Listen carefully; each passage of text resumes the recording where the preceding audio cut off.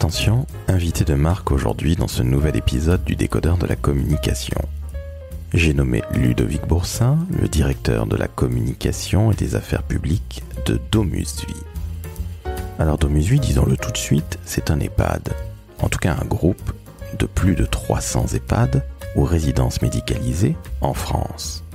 Et aujourd'hui, Ludovic va aborder évidemment toutes les crises qui traversent le secteur, mais aussi son métier de communicant, et vous allez voir, il est absolument passionnant.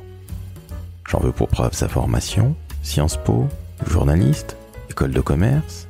Vous vous dites, oulala, c'est un surdiplômé, mais en fait, Ludovic va vous dire que justement, vous n'avez pas nécessairement besoin d'avoir des tonnes de diplômes pour être un excellent DIRCOM.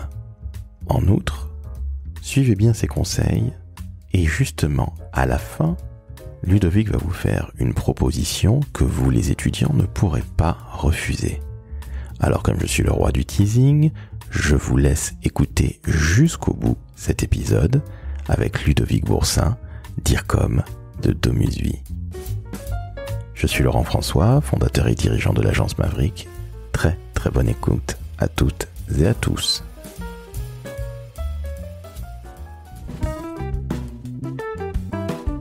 Le décodeur de la communication, un podcast de l'agence Maverick.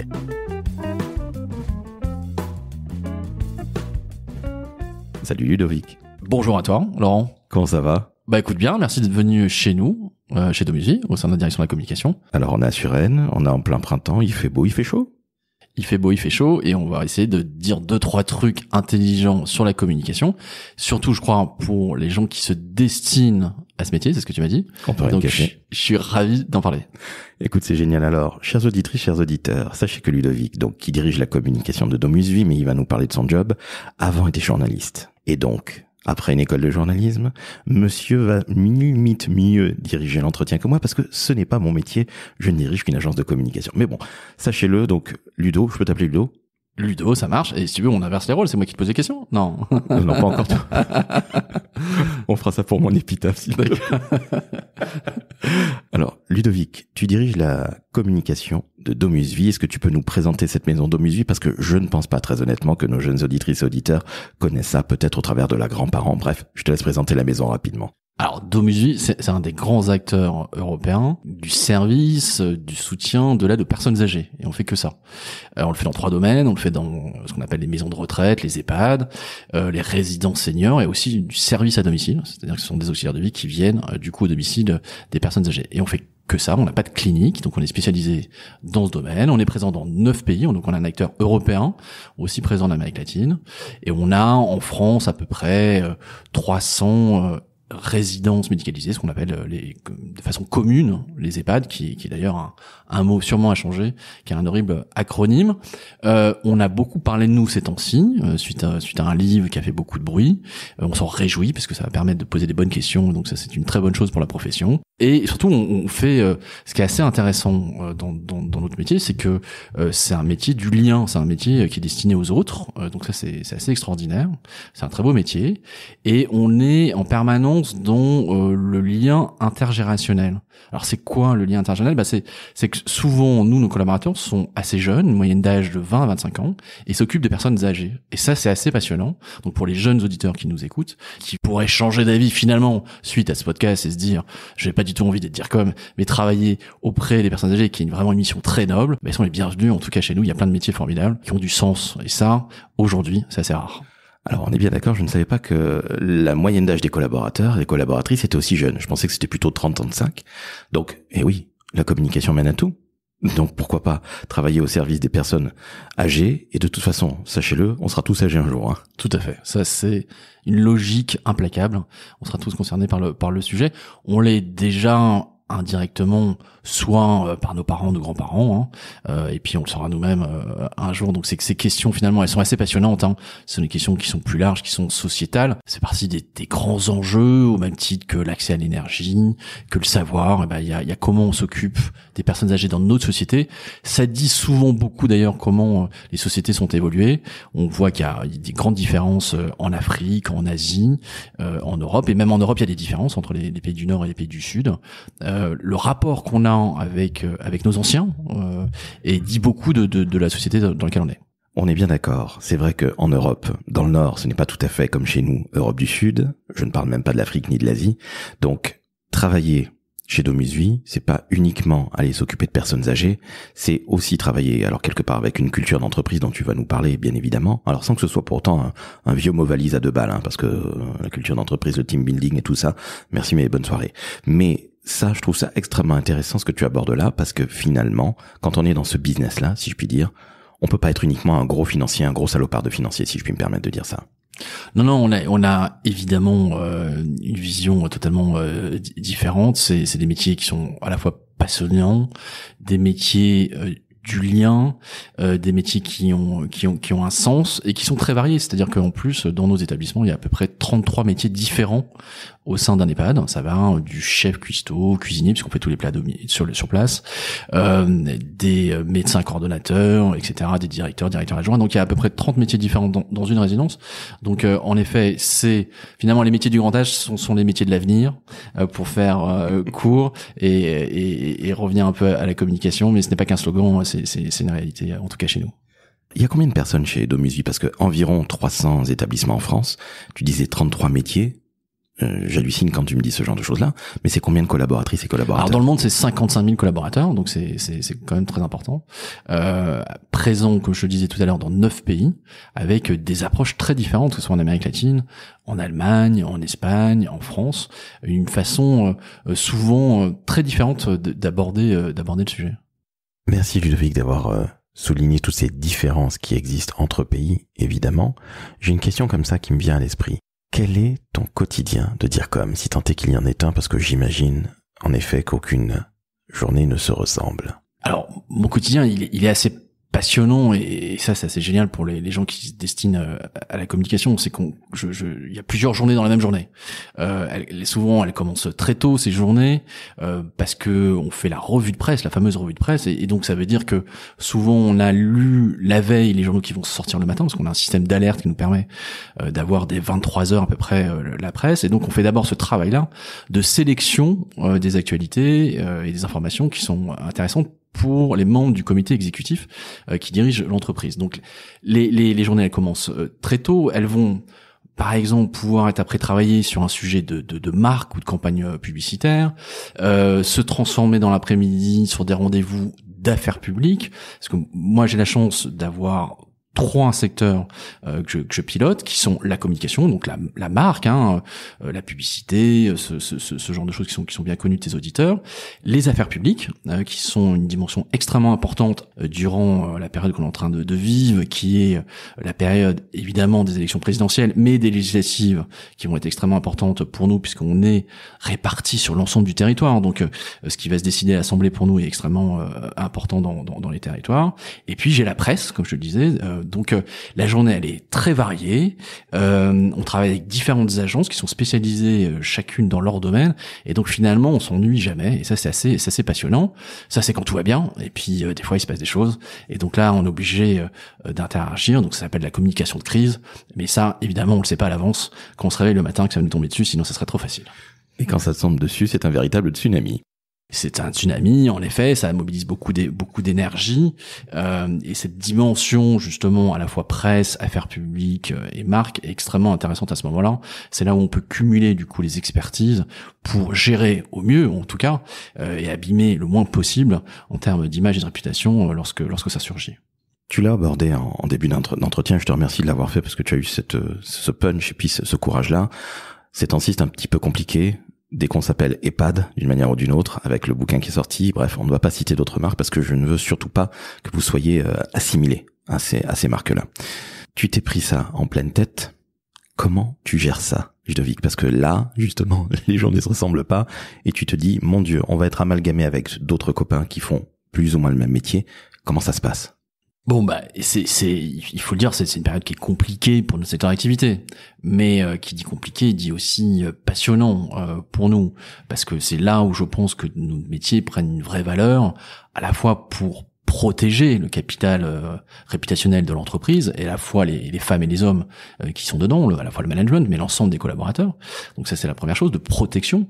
Et puis, en effet, quelle stratégie on met en place. Alors, on va pas révéler des secrets si nos concurrents nous écoutent, mais on met en musique, un peu comme un chef d'orchestre finalement, une stratégie avec des temps forts, des temps faibles, c'est-à-dire il y a des moments où on décide d'être un peu plus discret, de moins s'exprimer, et il y a des fois on a des choses à dire, et on le fait toujours d'abord en interne. Ça, c'est quelque chose qui est extrêmement important, d'abord communiquer à nos collaborateurs dans un premier temps, et puis après dans les médias. Donc cette logique, elle est fondamentale, elle est normale, il faut la respecter, et on met en musique tout ça à la fois avec 3 stratégie d'action, de levier, que c'est le terme que j'employais tout à l'heure, c'est-à-dire soit on peut faire des choses en payant, donc acheter de l'espace et communiquer, dire quand on le souhaite et ce qu'on veut. Le grand classique. Le grand classique, le plus connu du grand public. Et puis il y a des métiers qui sont un peu moins connus, qui sont tout aussi passionnants, stratégiques, tactiques, qui sont le earn et le own. Alors, le own, c'est quoi? C'est comme son nom l'indique, c'est-à-dire c'est ce qu'on possède, c'est-à-dire nos médias propriétaires, c'est-à-dire quel contenu on va mettre sur nos médias, puisque les entreprises sont devenues des médias et que les médias sont devenus des marques. Ça, maintenant, je pense que c'est acquis et connu depuis un petit moment, mais ça veut dire, une fois qu'on s'est dit ça, comment on alimente nos médias propriétaires avec quel contenu, c'est la première chose. Donc ça, c'est le own. Et puis il y a le earn. Le earn, c'est ce qu'on a le droit d'attendre de recevoir, mais tout ça n'est pas si simple, il faut le travailler. Et donc ça, c'est en particulier avec les relations presse, où on fait un gros travail de rencontre, de pédagogie avec les journalistes. Et c'est finalement cette partition-là, cette mise en musique, qui fait qu'on a un discours différenciant par rapport à d'autres acteurs ou d'autres concurrents. Et c'est comme ça, finalement, qu'on peut émerger sur une séquence qui est en effet très compliquée. On était au tout début de dire que ça commençait tôt le matin, mais finalement les journées elles se finissent très tard aussi le soir, lorsqu'il y a des sujets comme ça à gérer. Mais encore une fois, c'est passionnant. C'est excitant, évidemment. On en ressort peut-être comme si on était passé dans une machine à laver. Il faut savoir prendre quelques jours de vacances après, mais c'est vrai que ça fait partie de la vie d'un DIRCOM. Alors, justement, 2 questions me viennent à l'esprit. La toute première, tu disais, les marques sont devenues des médias. C'est quelque chose que je dis depuis que j'ai fondé Maverick il y a 12 ans maintenant. Tu es le premier DIRCOM à me le dire de manière aussi naturelle, et c'est normal, je l'ai dit en début d'entretien, tu viens des médias puisque tu as été journaliste à LCI, entre autres, et dans la presse écrite également. Mais j'ai l'impression que ce côté marque égale média, ce fameux owned, ce qui est chez nous, donc la production de contenu, pour faire court, j'ai l'impression qu'on prend ça par le petit bout de la lorgnette. On va faire une vidéo qu'on va voir 30 fois sur YouTube, on va diffuser ça sur LinkedIn pour le côté corpo, ou le côté marque employeur. J'ai l'impression que les DIRCOM aujourd'hui ne comprennent pas ça. Est-ce que tu as la même perception que moi, ou est-ce que c'est moi qui suis juste dans mon petit coin en me disant mais ils ne comprennent rien, et c'est donc moi qui aurais tort? Non, je pense que tu as totalement raison, et c'est là où on peut voir une différence de génération entre les DIRCOM. Je pense qu'il faut aujourd'hui réfléchir en termes d'audience, voilà, et puis en termes d'outils. Et donc, à mon sens, la grande transformation qu'il y a eu ces dernières années, c'est que les directeurs de la communication sont devenus des directeurs de l'information. Et donc, ils doivent réfléchir en termes de contenu, de format et d'audience. Et pour ça, passer par une école de journalisme, c'est plutôt pas mal, parce qu'on va travailler évidemment sur le poids des mots, sur la titraille, mais aussi sur les formats et les nouveaux outils, la production audiovisuelle. Le langage audiovisuel, pour nous, directeurs de la communication, même dans les productions qu'on peut faire en interne, est aussi important aujourd'hui qu'un communiqué de presse. Et donc connaître la possibilité de mettre des plans de coupe, finalement cette grammaire de l'image, du montage et du format est extrêmement important. Et ça, aujourd'hui, c'est clé pour ces gens qui se destinent vers ces métiers-là. Passer par une école de journalisme, d'abord, c'est passionnant et vous allez apprendre plein de choses, mais en plus, vous allez maîtriser finalement la grammaire moderne de la communication. Et pour interagir avec les agences, rien que tel que connaître son métier, c'est plutôt pas mal. Alors toi, tu es passé en agence aussi, mais on va y revenir sur ton parcours parce il ressemble à un parcours de tueur en série, si je puis m'exprimer ainsi. Surtout rien à voir avec Guy Georges. Mais au-delà de la blague, tu me parlais tout à l'heure de néo-DIRCOM, de nouveau DIRCOM. Donc, une marque égale média. Tu peux payer comme au 19e siècle, le début du marketing. Tu vas avoir des retours, les fameuses relations presse, entre autres. Ce nouveau DIRCOM, il doit faire avec ces 3 choses-là. Il doit faire avec un environnement qui a beaucoup changé. Regarde ce qu'on s'est pris il y a 2 ans dans la tête. Ça a finalement redonné toutes ces lettres de noblesse à ce beau métier qui est celui de la communication. On ne fait plus des événements sympas ou du bleu, du rouge, du vert sur l'affiche. On fait un vrai métier, enfin. Ce nouveau DIRCOM, est-ce que tu peux nous le définir? Parce que tu milites pour ça et c'est la première fois que je l'entends, ce terme-là, ce néologisme. Et je trouve ça vachement intéressant parce que nos auditrices et auditeurs qui sont jeunes, qui sont en formation, qui débutent, à mon avis, vont écouter ça avec beaucoup d'intérêt. Alors moi j'aime bien les métaphores, les images, et si tu veux, pour moi la définition du nouveau DIRCOM, c'est finalement une sorte de moteur hybride au service évidemment d'une stratégie, d'une destination qui est fixée par les dirigeants. Mais ça veut dire quoi un moteur hybride? Ça veut dire qu'il faut à la fois marcher un peu à l'essence, c'est-à-dire connaître les anciens métiers, donc c'est-à-dire les relations presse, la publicité, le digital, donc ce que j'appelle les anciens métiers, mais aussi être très expert et connaître les nouveaux métiers. Et le pendant des relations presse, c'est l'influence. Le pendant de la communication, c'est la marque. Le pendant du digital, c'est les réseaux sociaux. Et donc, les nouveaux DIRCOM, comme j'aime à les appeler, sont justement des gens qui ont la maîtrise des deux, de l'ancien monde et du nouveau monde, si je peux dire, qui sont en capacité de bien maîtriser ce qui faisait avant la force de la communication, mais aussi tous ces nouveaux métiers qui émergent, et il y en a sûrement d'autres qui vont arriver dans les années à venir. Donc c'est cette capacité à maîtriser et d'avoir une maîtrise sur l'ensemble des tableaux de bord, et d'avoir l'ensemble d'agir en tout cas sur l'ensemble des leviers possibles qui lui sont donnés. Donc c'est pas nécessairement destiné à tout le monde, parce que tout le monde n'a pas la connaissance du nouveau, de ce qui se passe aujourd'hui, voire peut-être un peu dans le futur, et encore moins de ce qui s'est passé dans le passé, si je puis dire. Mais est-ce que c'est pas un peu épuisant tout ça? Parce que t'as le cerveau tout le temps en ébullition, et si en plus tu te prends une crise Covid, ou dans ton métier, où malheureusement des gens qui font à peu près dans le même secteur que toi font un peu n'importe quoi, il y a de quoi devenir complètement taré, Ludo. Non, c'est passionnant. C'est sûr que si on cherche un job pépère et tranquille, il faut pas être DIRCOM. Ça c'est clair. Les gens ne le voient pas parce qu'on fait de la radio, on est sur un podcast en tout cas, mais je suis très jeune et j'ai les cheveux blancs, donc tu peux le confirmer. Je confirme. Donc on a des fois un peu des piqûres de stress, mais c'est ça qui nous fait avancer. On parlait de moteur tout à l'heure, c'est aussi ça qui est très excitant dans le métier. Mais ce que tu dis là finalement, c'est que moi je trouve, puisqu'on s'adresse finalement à des gens qui se destinent à ces métiers-là, c'est que il n'y a pas une voie royale pour être DIRCOM, et ça tant mieux. Il y a plusieurs possibilités, il y a plusieurs chemins, et ça c'est très riche. Souvent il faut faire plusieurs formations qui sont différentes justement pour être un bon DIRCOM. À mon sens, il y a quand même la voie royale qui est faire un institut d'études politiques, mais il n'y a pas que Sciences Po Paris, on peut faire Sciences Po Aix-en-Provence, on peut faire Sciences Po Grenoble, Sciences Po Bordeaux. J'ai moi-même fait Sciences Po Grenoble et je me porte très bien. Donc ça c'est évidemment une voie qui est très intéressante. Pourquoi? Parce que finalement, qu'est-ce qu'on apprend au-delà de la culture générale dans ces écoles? On apprend à pouvoir synthétiser un maximum d'informations, et ça c'est très important en période de crise, c'est-à-dire qu'on a beaucoup d'informations qui arrivent à un moment, et finalement d'en extraire la synthèse de ça. Et c'est finalement une des seules choses presque, si je vais un peu polémiquer, qu'on apprend dans les instituts politiques, c'est à avoir une quantité de données, de data, et à pouvoir les synthétiser pour en faire des fameuses notes de cas, puisqu'on est destiné à travailler dans les cabinets.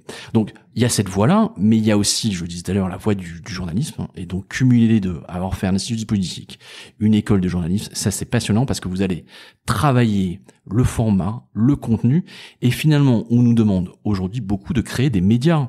Moi j'ai des réunions où tu disais qu'est-ce que tu fais dans ta journée? Des fois moi j'ai des réunions de production avec les agences avec lesquelles je travaille. On travaille sur un jingle, on va travailler sur un format, on va travailler sur des invités, et justement il faut être en capacité de maîtriser ce fonctionnement des médias. Et moi le fait d'avoir fait une école de journalisme, d'avoir fait d'être passé par LCI, d'être passé par la presse et aussi la radio, m'aide au quotidien. Évidemment dans l'écriture, c'est évident. Il faut qu'on écrive vite et bien. Et puis il y a aussi un respect des délais. On apprend une chose qui est fondamentale dans une école de journalisme, c'est que le meilleur papier, s'il arrive après 20h, il vaut rien. Parce qu'à 20h, il faut qu'il soit prêt. Donc il faut qu'il arrive à 19h59, mais s'il arrive à 63, il peut avoir le scoop du siècle, c'est trop tard. Et ça, le respect des délais, le timing, mais je crois qu'on va en reparler tout à l'heure, c'est une clé dans nos métiers. Tu parlais d'audience tout à l'heure, c'est quoi les audiences de la marque Domusvi? Il doit y en avoir énormément, beaucoup de parties prenantes bien entendu, tu sais si elles sont larges, c'est quoi? Évidemment, lorsqu'on est à la fois sur l'ensemble des territoires, les parties prenantes, elles sont très nombreuses pour la marque. On émet finalement des messages à beaucoup de monde. D'abord, à nos collaborateurs, évidemment, au quotidien, ça c'est très important, à nos clients, nos résidents, aux familles aussi de nos résidents, d'une part, et puis à l'ensemble des pouvoirs publics qui nous entourent, parce que une résidence, c'est un corps dans un tissu, ça s'inscrit dans un tissu qui existe, et donc on est en relation évidemment avec les élus locaux. Les maires sont extrêmement importants, et dans la crise sanitaire qu'on a connue, ils ont été d'un soutien extrêmement fort. Mais il y a aussi les députés du département qui sont des personnes avec qui nous sommes en contact. Donc on a une source d'émission du coup avec différents publics, et justement ce qui est très important c'est de pouvoir s'adapter à ces publics. Évidemment on dit la même chose, c'est très clair, on dit la même chose, c'est une règle d'or en communication, toujours dire la même chose, mais on peut le dire de la façon différente en fonction des publics auxquels on s'adresse, et ça aussi ça fait partie de notre job au quotidien. Ton idée du timing, c'est la première fois que j'en entends parler aussi, j'en bafouille, tu vois, c'est l'émotion. Parce qu'il y a un moment, il faut savoir parler, mais il faut aussi savoir se taire. Et pour beaucoup de communicants, se taire, c'est ne pas exister, c'est être un mort. Toi, tu penses tout l'inverse. Et ça, c'est très intéressant. Je veux bien que tu nous expliques un petit peu avec ton point de vue, parce que on sent l'homme de médias et non pas l'homme de com uniquement. Oui, je pense que c'est quelque chose qui est extrêmement important dans nos métiers. Je pense que la capacité à faire un site internet, une belle affiche, est donnée à peu près à tout le monde, quasiment. En tout cas, il y a des magnifiques agences comme la tienne d'ailleurs, qui sont capables d'aider les communicants pour le faire. La vraie question, elle est celle de la stratégie et de quand on s'exprime. Et je pense que la question en fait la plus importante, c'est la question du timing. Et en effet, il y a des moments où il faut savoir être plus discret, moins parler. Alors pas pour se taire totalement, ce sera un non-sens absolu, mais dans un monde où tout le monde communique en permanence, le fait de pas s'exprimer un moment est une force pour pouvoir mieux communiquer après. Et donc dans la stratégie, en particulier la stratégie des relations presse, c'est très intéressant qui n'est pas de dire on accepte l'ensemble des demandes ou on fait un blocus total, on ne répond à personne, jamais. C'est plus subtil que ça, et ce qui fait que notre métier est assez intéressant, c'est qu'il y a des fois, il faut savoir s'exprimer, on a des choses à dire, savoir se taire, et convaincre nos dirigeants de se taire, ce qui est pas évident certaines fois, et puis des fois prendre la parole, et c'est ça qui fait que nos métiers sont finalement très stratégiques, et très intellectuels, et très passionnants pour tous les gens qui nous écoutent et qui ont envie de faire ce métier-là. Tu as la chance de faire partie du comité exécutif, le fameux COMEX. Donc ça veut dire que tu côtoies ta direction générale quasi quotidiennement, mais en tout cas au moins toutes les semaines. Ce qui n'est pas le cas de tous les DIRCOM. Comment est-ce que tu réussis à convaincre justement ta direction générale de prendre la parole ou de ne pas prendre la parole? Comment tu fais pour qu'elle t'écoute? Parce qu'elle a évidemment sa propre vista, son propre point de vue. Et toi, tu vas dire, ah non, attendez, on y va mollo. Ou au contraire, on accélère. Ça doit être aussi un job extrêmement complexe, parce que j'imagine que le patron de Domizil doit pas être si simple que ça à convaincre. Bon, alors heureusement, on s'entend tous très bien, donc ça se passe plutôt bien. Mais tu mets le doigt sur quelque chose de très important, c'est que finalement sur la communication, tout le monde a un avis. C'est-à-dire, et ça, c'est assez incroyable, c'est-à-dire que à l'extérieur, vous pouvez demander dans la rue, est-ce que vous pensez qu'il communique bien? Tout le monde a un avis sur le sujet. Et finalement, c'est une des rares directions au sein de l'entreprise où tout le monde se permet de donner un avis sur le travail, d'abord parce qu'il est visible. Un travail de communication qui serait pas visible, ce serait un travail loupé. Donc, par définition, ce qu'on fait est visible, heureusement, sinon ça veut dire que ça n'a pas marché. Et donc lorsqu'on fait quelque chose de visible, ça donne le flanc du coup à la critique, et chacun y va de son bon mot. Donc c'est pour ça qu'il faut qu'on ait des professionnels, et donc il faut être formé pour ça. Il y a aussi l'expérience qui fait ça, mais il y a aussi un travail de persuasion, en effet, d'abord de convaincre sur la stratégie qu'il faut adopter, et qui est extrêmement important. Des fois qui feront plus de temps que le travail lui-même, de persuader que c'est la bonne stratégie, et donc l'importance de la confiance qui peut s'établir entre son président directeur général et son DIRCOM est clé pour que ça fonctionne. C'est un duo. Il faut qu'on avance ensemble et qu'on se fasse confiance. C'est extrêmement important pour gagner du temps, justement, et pas perdre du temps en permanence à devoir argumenter. Mais il y a ce travail qui est en plus, et qui n'est pas dans les autres directions, de persuadé que c'est la bonne stratégie, puisque tout le monde, par définition, va avoir un avis sur ce que tu fais au quotidien. Alors, c'est des fois un peu fatigant, mais on peut le prendre de la façon inverse. Et moi, ça relève aussi quelque chose auquel je crois très très très fortement dans ce métier, c'est qu'il faut avoir des croyances dans ce métier. C'est-à-dire qu'on ne peut pas être une girouette et dire blanc et noir en moins de 48 heures. Il faut avoir des croyance, croire en son métier, croire en la stratégie, ça s'acquiert à la fois par l'expérience et comme on le disait hors antenne tout à l'heure, aussi en se trompant. Et il faut être extrêmement modeste dans ce métier. On se trompe souvent et c'est souvent là on apprend le plus que dans les réussites. C'est pas une science exacte la communication. Donc des fois on apprend en marchant, des fois on se trompe. Et moi j'ai beaucoup plus appris sur des campagnes loupées finalement lorsque j'ai reçu un Topcom pour une opération. Merci ta franchise, ça fait du bien. C'est de la fraîcheur. Et je me suis souvent planté. Hein. Je te rassure, moi aussi. Qui ne s'est pas planté, que le premier qui ne s'est pas planté nous jette la pierre. On va passer à ton parcours. Parce que tu as un parcours, alors à la base, IPJ, donc école de journalisme. Mais quelques années après, tu es passé en école de commerce, le SCP, si je dis pas de bêtises. J'ai même vu LBS, London Business School. Donc là, c'est du méga lourd, mais c'est quand tu étais, entre guillemets, déjà un grand, tu étais déjà adulte, entre guillemets, et confirmé. Tu as fait de l'annonceur comme aujourd'hui, mais tu as fait aussi de l'agence, ce qui fait que tu comprends justement tes partenaires, tes agences, en leur disant, non, je vais pas t'envoyer à 18h un CP à rédiger, je dis n'importe quoi volontairement, pour que tu me l'envoies lundi à 8h du mat. Donc ça, déjà, c'est un très très très bon point, parce que tu sais ce que c'est, mais est-ce que tu peux nous brosser en quelques mots ton parcours, parce que tu es passé par des très belles maisons. Certains ne vont pas les apprécier, peu importe. Je pense à une que moi j'apprécie énormément à titre personnel, mais d'autres vont dire que ça pollue. Bref, on n'est pas là pour polémiquer, mais si tu peux nous parler Ludo de ton parcours, il est absolument incroyable. Et nos jeunes auditrices et auditeurs vont comprendre que justement, être hybride, tu parlais de néo-DIRCOM, hybride, ça aide quand même quelque part à devenir un nouveau DIRCOM ou un super DIRCOM. Bon, alors moi mon parcours, justement, j'ai connu 3 écoles en fait qui m'ont formé. Je pense que ça c'est intéressant. On n'est pas obligé de faire les 3, on peut en faire une seulement. Il se trouve que moi j'ai fait un institut d'études politiques, j'ai fait Sciences Po Grenoble pour commencer. Et puis après j'ai fait une école de journalisme, l'IPJ, tu le disais tout à l'heure, qui est une des 5 écoles reconnues par la profession. J'ai exercé ce métier. Et puis après j'ai fait une école de commerce. Et ça, il y a peu de DIRCOM qui ont fait une école de commerce. C'est aussi important, en particulier sur les métiers de la communication financière, de comprendre comment on lit un bilan. Ces choses-là, c'est extrêmement important, je trouve, et souvent négligé dans la formation des futurs DIRCOM. Et puis après, comme tu disais, moi j'ai un double parcours. C'est que j'ai travaillé dans des très belles maisons en agence de publicité, chez Publicis, j'ai une des plus anciennes maisons sur la place. J'ai travaillé chez l'annonceur et j'ai fait des allers-retours comme ça. Et je crois réellement que ça apporte quelque chose. C'est dans la relation que tu as avec ton agence ou tes agences.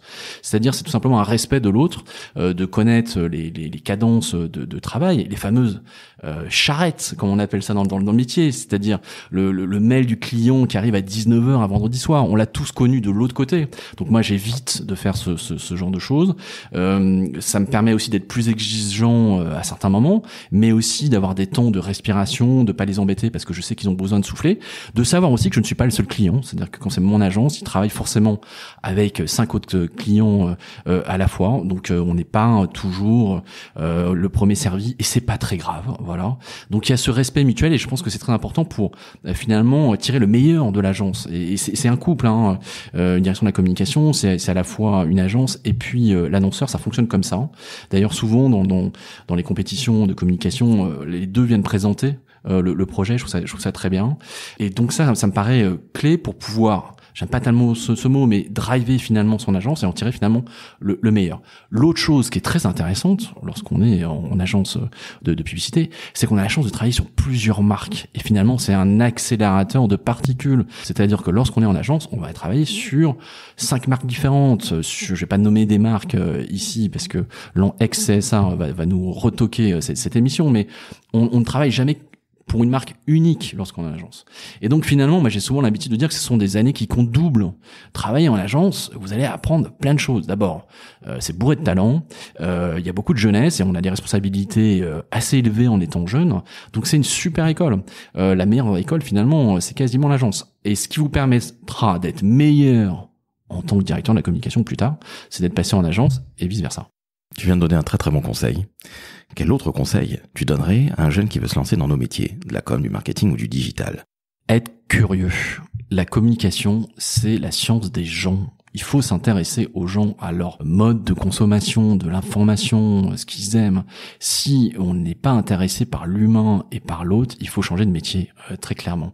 Donc finalement, on a l'habitude de dire que la communication, c'est pas une science exacte, mais c'est quand même l'école qui s'intéresse à l'autre, à l'humain.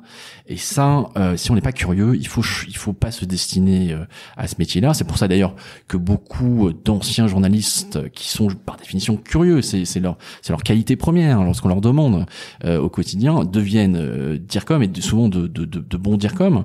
C'est parce que il faut aimer parler avec les gens, les écouter, savoir qu'est-ce qu'ils consomment.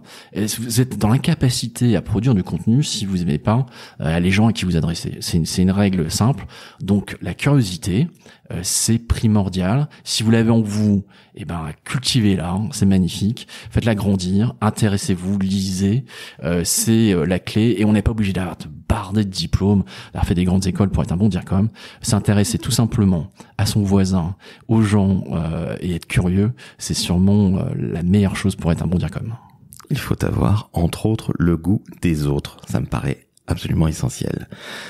J'ai une question pour toi qui me vient à l'esprit là. Qu'est-ce que tu kiffes le plus, Ludo, dans ton job aujourd'hui? C'est ce côté pluriel. C'est ce que j'aime, c'est en effet, c'est qu'aucune journée va se ressembler. C'est que, comme je te disais, on va commencer le matin avec la fameuse revue de presse, qu'on va être dans une journée avec un brief sur une agence, réfléchir sur une stratégie de communication, qu'on va à un moment faire des affaires publiques, travailler sur quelque chose un peu plus pointu, sur des textes de loi ou rencontrer des représentants de l'Assemblée nationale ou du Sénat. C'est ce côté varié, pluriel. Il y a aucune journée type, très clairement, ça c'est passionnant. Il faut en permanence s'adapter. Je pense que la crise sanitaire elle-même fait qu'on doit être beaucoup plus agile, flexible dans nous en tant que directeur de la communication, s'adapter au monde qui nous entoure, et donc ce côté-là où il n'y a pas de copier-coller finalement dans les jours font que c'est assez passionnant, et c'est pour ça que j'invite tous les jeunes qui ont envie de faire ce métier.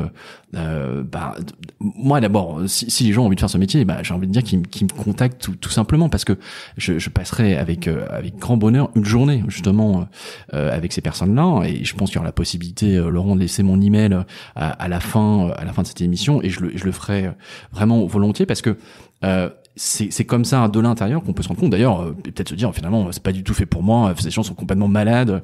Ils commencent très tôt, ils se finissent très tard. Ils sont tout le temps stressés. Ils prennent 15 cafés par jour. C'est pas du tout ce que je recherche. J'ai envie de faire autre chose ailleurs. Mais en tout cas, volontiers, venez, discutons de ces métiers-là qui sont à la fois passionnants, très variés. Passer une journée avec nous, c'est souvent la meilleure façon de voir si on a envie de faire ce métier. Tout simplement. Écoute, je te remercie, c'est absolument incroyable. Je te fais une proposition, Ludo. On n'a pas beaucoup parlé des affaires publiques qui occupent beaucoup de ton temps, tu l'as dit, hein. Et les affaires publiques, ce n'est pas uniquement aller déjeuner avec un député à l'Assemblée nationale. Je la fais très courte. Est-ce que tu es d'accord pour revenir parler des affaires publiques? Avec grand plaisir. On peut même parler de deux sujets, parce qu'on l'a évoqué en antenne. À la fois la communication de crise, qui est quand même, on peut dire que nous, on sort d'un tsunami qui a duré 4 mois. Je pense que tout le monde voit de quoi je fais référence. Et puis, évidemment, parler des affaires publiques, parce que c'est une donnée très importante qui est nouvelle dans nos métiers. Et c'est très intéressant de pouvoir en discuter, échanger. Il y a beaucoup d'a priori sur ça. On assimile ça souvent, d'ailleurs, au lobbying caché. Voilà. voilà. Et en fait, il y a une vraie stratégie de cartographie des influenceurs, des rôles, et volontiers pour en parler. Donc je te dis un double chiche, un chiche pour parler de ça et un chiche pour venir avec quelqu'un, un étudiant qui a envie de faire ce métier et passer une journée avec moi. Pourquoi pas assister même au Comex ensemble et voir si ce métier-là finalement l'intéresse au final. Bon, écoute, j'ai l'impression que ça ressemble un petit peu au parrain, une proposition qu'on ne peut pas refuser. J'espère que le double chiche restera comme quelque chose de mythique dans cette émission. Écoute, c'est la toute première fois que j'ai un double chiche. Donc tu es le premier, jamais le premier, si je puis m'exprimer ainsi. Écoute, merci beaucoup Ludo, c'était absolument génial. Parce que tu as parlé de ton métier, de dire comme avec beaucoup de passion. Les auditrices et auditeurs apprécient ça. Donc à mon avis, ça va faire un très très gros carton. Et s'ils n'ont pas apprécié, eh bien, ils te verront quand même, ils t'écouteront une deuxième fois. Bah, c'est la force du double chiche. Hein. Exactement. Donc c'est double Ludo. Donc félicitations, je te remercie. C'était absolument passionnant. On se quitte là-dessus. Chères auditrices, chers auditeurs, bon là, je crois que ça mérite 5 étoiles sur Apple Podcast, sur Spotify. Il n'y a rien d'autre à dire à part Ludo est formidable, Laurent est formidable. Bref, la vie est belle. Tiens, j'ai une question Ludo. Pour celles et ceux qui n'ont pas du tout envie de faire de la com, que tu n'as pas du tout convaincu, est-ce que ça recrute chez Domusvie ? Évidemment, ça recrute à tous les postes. Je dis 32 métiers différents dans une résidence, donc il y a vraiment pour tous les goûts. On recrute évidemment à peu près 1500 personnes par an en CDI, donc c'est considérable. On a besoin de vous. Si vous voulez pas vous faire de la communication, mais vous occuper de personnes âgées, c'est tout aussi passionnant et il y a autant de sens dans les deux. Donc évidemment, on a un site carrière emploi. Vous pouvez tapoter sur votre petit clavier pour vous y rendre. Il y a beaucoup d'annonces actuellement. Je voulais te remercier aussi Laurent, parce que je trouve que peu d'émissions finalement abordent ces métiers-là de l'intérieur avec finalement en interrogeant les directeurs de la communication sans tabou en plus, donc c'est plutôt agréable. Merci à toi pour cette démarche. J'espère que ça a servi, que ça sera utile, et puis surtout que c'est que le début, qu'on ait la possibilité d'avoir pourquoi pas à discuter avec des jeunes étudiants qui souhaitent faire ce métier-là en direct. Écoute, on va se gêner. Tu as ton rond de serviette au décodeur, même si c'est la première fois que tu passes. Donc tu seras plus que le bienvenu. Ce qui serait cool en effet, ce serait que des jeunes se manifestent pour venir faire une sorte de tripartite. Un jeune, toi et moi. Nous, on est des anciens jeunes. Mais justement, c'est la première fois que quelqu'un le propose. Donc les jeunes là, allez-y là. Vous allez voir pas des boomers, mais des gens qui sont expérimentés comme Ludo, comme moi. Vous allez avec votre fraîcheur et votre talent nous sentir beaucoup plus jeunes. Donc on vous remercie par avance déjà. Ben oui, évidemment. Et puis merci à toi Laurent et merci au décodeur. Merci beaucoup. Chers auditrices, chers auditeurs, 5 étoiles Apple Podcast, je crois que je l'ai déjà dit, je perds un peu la boule. En tout cas, je te remercie Ludo, c'était génial. Merci à toi Laurent. Ciao, ciao.